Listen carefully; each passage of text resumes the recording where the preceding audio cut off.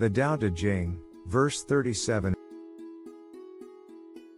In the ancient text the Tao Te Ching by Lao Tzu, we can see that each verse is an aspect and expression of a variety of concepts of non-dual philosophy. In this video series we will look at each chapter of the Tao Te Ching sequentially.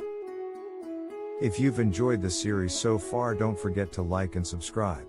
It really helps the channel. First, let's listen to this verse of the poem, as beautifully translated by Stephen Mitchell, and then be prepared to delve into its deeper meaning. At the end of this video, we'll explore how the ideas in this verse can be applied to our everyday lives. The poem reads, "The Tao never does anything, yet through it all things are done. If powerful men and women could center themselves in it, the whole world would be transformed by itself, in its natural rhythms.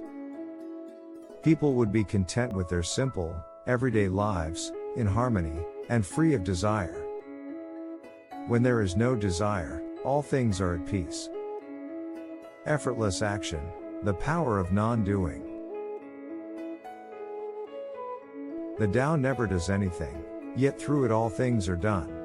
This line captures the concept of Wu Wei, non-action or effortless action. The Tao, the Wei, is the fundamental principle underlying everything in the universe.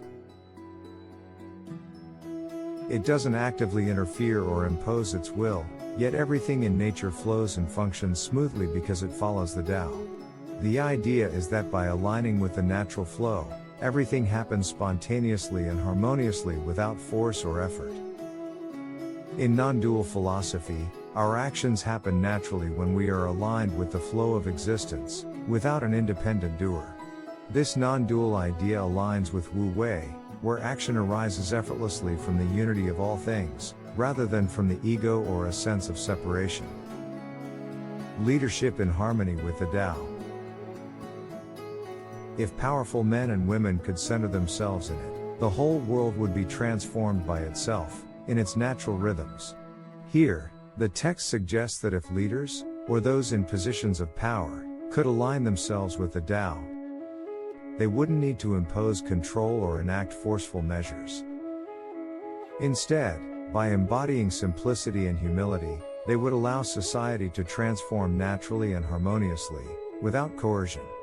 The transformation would occur organically as people follow the natural rhythms of life. A leader who is in harmony with the Tao leads without ego or personal agenda, allowing natural order to express itself. This reflects the non-dual understanding that when the false sense of self is dissolved, actions align with the greater whole, benefiting all without force or manipulation. Contentment through simplicity. People would be content with their simple, everyday lives, in harmony, and free of desire. When people are free from excessive desires and live in alignment with the natural order, they find contentment in simplicity. The verse suggests that in such a state, people would live peacefully, without striving for unnecessary material gains or engaging in endless ambition. Contentment arises from simplicity and living in harmony with the world, rather than constantly chasing after desires. Non-dual teachings point to the idea that contentment arises from recognizing the unity and completeness of each moment. When we move beyond the duality of craving and aversion, life is experienced as simple and sufficient as it is. The peace of desirelessness. When there is no desire, all things are at peace.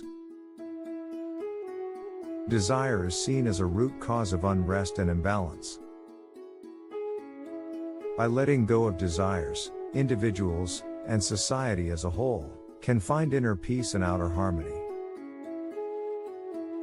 Without the constant pull of wanting more, life becomes more serene and balanced. In non-dual philosophy, desires stem from the illusion of a separate self-seeking fulfillment outside itself. When this illusion is seen through, desires naturally subside, revealing an inherent peace. This reflects the Taoist idea that peace comes when desire, which is based on duality, the sense of lacking something, is absent. Both perspectives point to inner peace as the natural state when we are free from grasping and clinging. Summary. This verse conveys a vision of an ideal world where both leaders and common people are aligned with the Tao. By following the principles of non-action, simplicity, and living in harmony with nature, peace and contentment naturally emerge. The key lies in letting go of desires and trusting in the natural flow of life. The takeaway message. If you take one message from this verse, it is this. When we align with the natural flow of life, peace and harmony emerge effortlessly.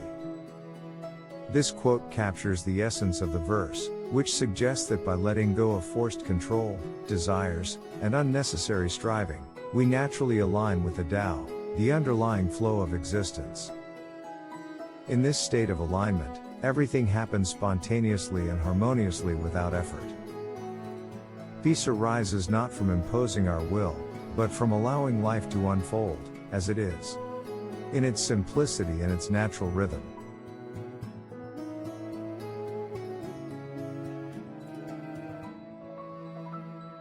Thanks for watching.